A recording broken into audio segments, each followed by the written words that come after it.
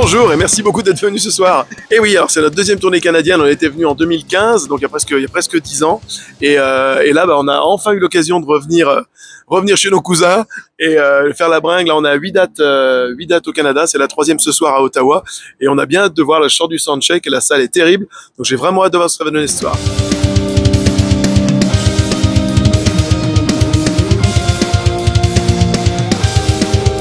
Alors le nom vient en fait ça veut dire annuité, surpris par la nuit en anglais. Je crois que c'est aussi une insulte qui doit vouloir dire attardé ou un truc comme ça. C'est en fait c'était surtout le terme de perdu, de perdu dans les ténèbres de l'ignorance qui me plaisait dans la mesure où je travaille en psychiatrie, je suis infirmier et où ça faisait une jolie image je trouvais pour on va dire la tombée dans la maladie psychiatrique. Et en 98, en fait, ça a commencé un peu comme une blague, parce que moi je suis venu au métal extrême par hasard, parce que j'étais pas du tout musique et j'ai acheté par erreur une cassette de Cannibal Corpse parce que je trouvais la pochette cool et qu'avec Olivier à l'époque, le premier guitariste de Benighted, mon meilleur ami, on regardait beaucoup de films d'horreur et quand j'ai vu la pochette de la cassette, j'ai dit on va voir ce que ça donne ce truc avec une pochette pareille, ça doit être cool. J'ai écouté, j'ai détesté. Mais vraiment, j'ai détesté. C'est pour ça que quand les gens me disent ta musique, je peux pas, c'est trop violent, c'est horrible. Je comprends. Je leur dis, je comprends. J'ai eu la même réaction au début. Et du coup, je suis tombé dedans en fait comme ça. C'est-à-dire que j'ai écouté le truc. J'ai fait écouter à mes potes, écoutez, j'ai acheté un truc, c'est de la merde, on comprend rien, enfin machin. Et au fur et à mesure, mon oreille en fait s'est habituée à la rapidité du jeu. Et c'est comme ça que j'ai commencé à comprendre, on va dire, à quoi servait cette musique. Et que je suis, comme je ne sais pas jouer d'un instrument, j'ai commencé à essayer de faire des voix extrêmes, des growls et des trucs. Et c'est comme ça que je suis arrivé à ça. Et on a créé Benighted comme ça avec Olivier en récupérant des musiciens à droite, à gauche, voilà.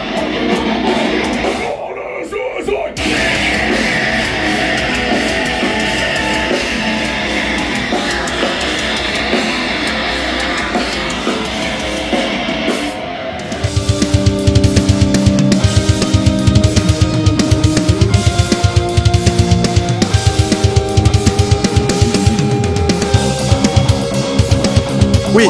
Et en fait, au début, tu sais, tu te cherches un petit peu. Hein. Les 2 premiers albums, clairement, on tâtonnait parce qu'on était relativement jeunes, inexpérimentés, même musicalement parlant.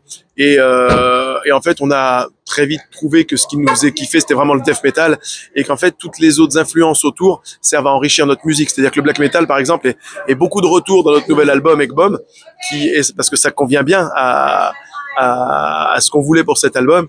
Mais voilà, on a toujours flirté avec le black, avec le grindcore, avec le hardcore. Des fois même avec des riffs punk, parce qu'on a des côtés des fois un peu punk crust. Et voilà, ça c'est vraiment, ça nous a pris 2-3 albums pour vraiment forger notre identité.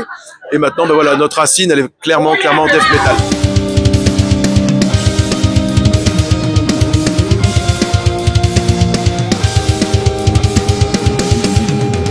Pour ce qui est de la musique, là en l'occurrence, c'est tout Manu qui enregistre, qui compose. Le guitariste, il est capable de programmer une batterie, il enregistre tous les instruments. Moi, j'écris tous les textes, et tous les textes parlent de psychiatrie, ce que je maîtrise le mieux. Ça fait 22 ans que je travaille en psychiatrie, et ça parle de maladie mentale, et chaque album en fait raconte l'histoire d'une personne, donc c'est son enfance, ses traumas, comment elle est tombée dans la maladie mentale et les symptômes qui se sont développés et comment ça finit. En général, bien sûr, pas bien. Mais j'essaie vraiment de proposer des textes qui collent à la réalité de la maladie psychiatrique en m'écartant de tous les clichés qu'on peut voir dans les films qui sont quand même très, très éloignés de la réalité.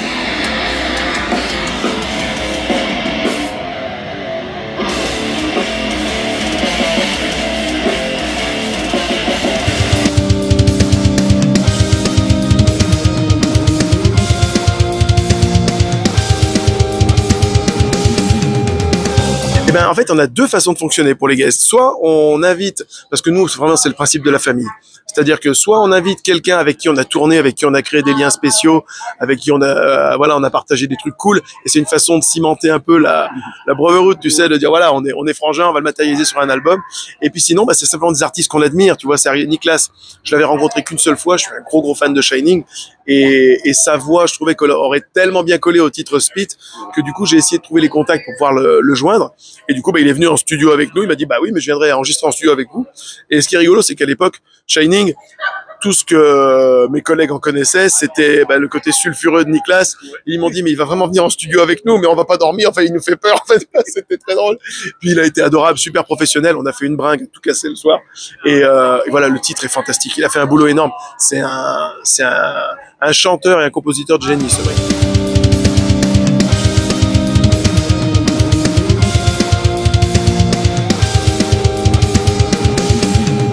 Alors, syndrome d'Egg Bomb, il y a pas grand monde qui connaît, donc c'est pour ça en fait c'est rigolo. En appelant l'album Egg Bomb, je savais qu'il y a plein de gens qui se diraient mais qu'est-ce que c'est que ce truc?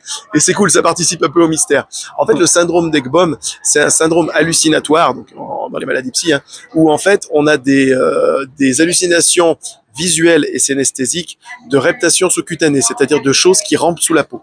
Et du coup, ben, c'est le thème de ce nouvel album. C'est une jeune fille qui, toute son adolescence, a accompagné sa mère en fin de vie qui mourait du cancer et qui était très collée à sa mère, donc très fusionnelle avec sa mère, et qui, du coup, a pas pu développer toutes les capacités de structure psychique qui nécessitent, enfin, que l'humain nécessite pour être bien, et elle est tombée dans la schizophrénie après. Et la thématique délirante, compte tenu de l'histoire de sa mère, ben, c'est cette conviction qu'on a un truc à l'intérieur de nous qui, tôt ou tard, va venir nous bouffer, nous détruire, et c'est pour ça qu'elle voit les insectes sous sa peau, qu'elle se découpe pour les faire sortir, et que la pochette de l'album, c'est la moitié saine et la moitié malade, parce qu'elle a en plus, chaque fois qu'elle rentre dans une nouvelle pièce, il y a une espèce de démon qui se tient dans un angle et qui la regarde. Alors il lui fait pas peur parce elle a l'impression qu'il a toujours été là, il lui a jamais rien fait. Par contre, dès qu'elle commence à se découper pour faire sortir les insectes, il sourit.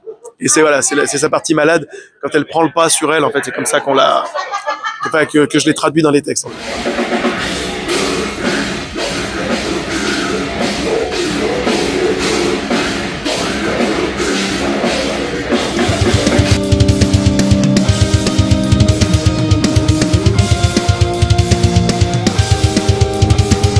Alors on est revenu à un son, plus moderne. C'est-à-dire qu'on avait, pour Necrobride par exemple, comme les morceaux étaient très très agressifs, on voulait un son crade, tu vois, limite crusty, tu vois. Oui. Mais là, cet album, il y a tellement, notamment au niveau de la guitare, de la batterie, il y a tellement les instruments, les précisions instrumentales sont tellement importantes, c'est tellement technique qu'on voulait vraiment que les gens puissent entendre tous les détails. Du coup, on est revenu à un son, on va dire, plus moderne, en gardant une base, voilà, très très puissante, mais on a justement essayé de faire un son qui soit en fait le mélange entre Necrobride et Obscene Repress qu'on avait fait juste avant, un truc voilà qui respecte en fait la précision de chaque instrument pour voir bien. Et du coup le son quand on arrive au son final, moi j'étais super heureux, j'ai dit voilà, c'est fantastique, c'est exactement ce que je voulais.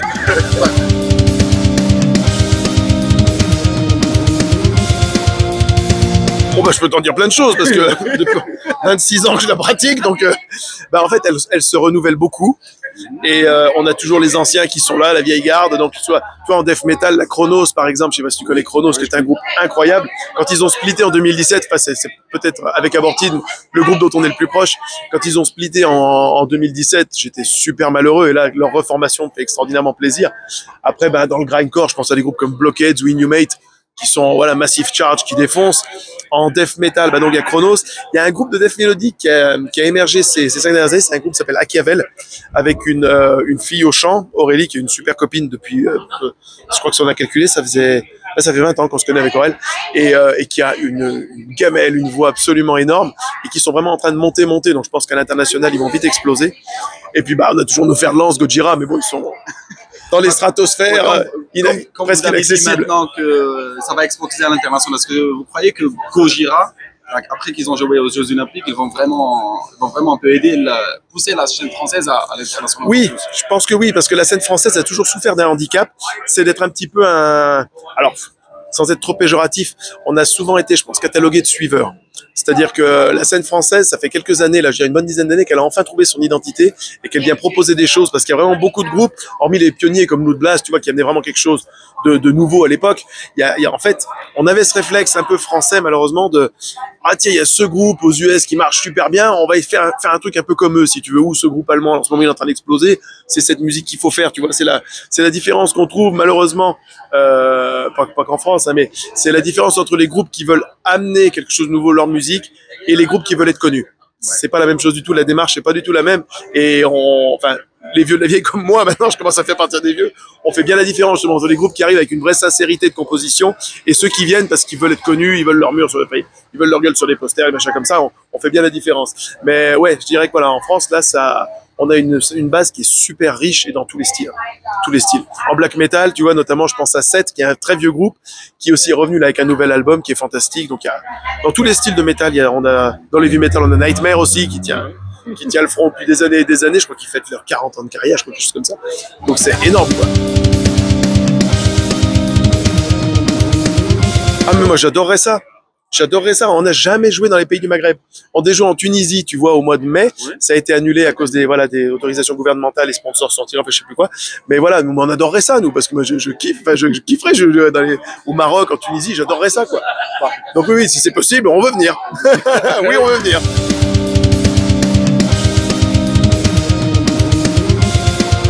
Et il se trouve que je joue toujours pieds nus sur scène. Toujours. Depuis qu'on a commencé, je suis pieds nus.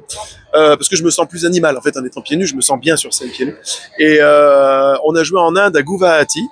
C'était un festival en plein air. Le sol était relativement moite. Et au dernier morceau, je me suis fait électrocuter par le micro. Donc du coup, en fait, le dernier morceau, je suis tombé comme une merde.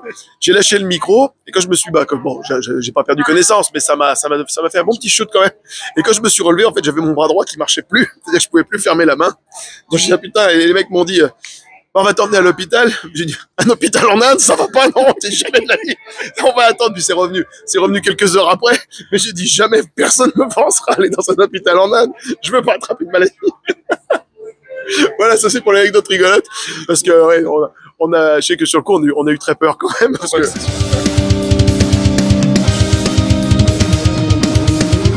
Eh ben, merci à vous, hein. Merci pour votre soutien. J'espère que vous kiffez la musique qu'on fait album après album. Et puis, comme tu le disais avant, on n'a qu'une seule hâte, c'est de venir vous montrer ce dont on est capable live et de fouler les scènes dans les villes du Maroc où il y a les métalleux qui sont là, qui soutiennent et machin et tout, et qui aiment la musique brutale. Donc, c'est ce qu'on préfère aussi. Donc, si on peut se rencontrer et faire ça ensemble, c'est cool.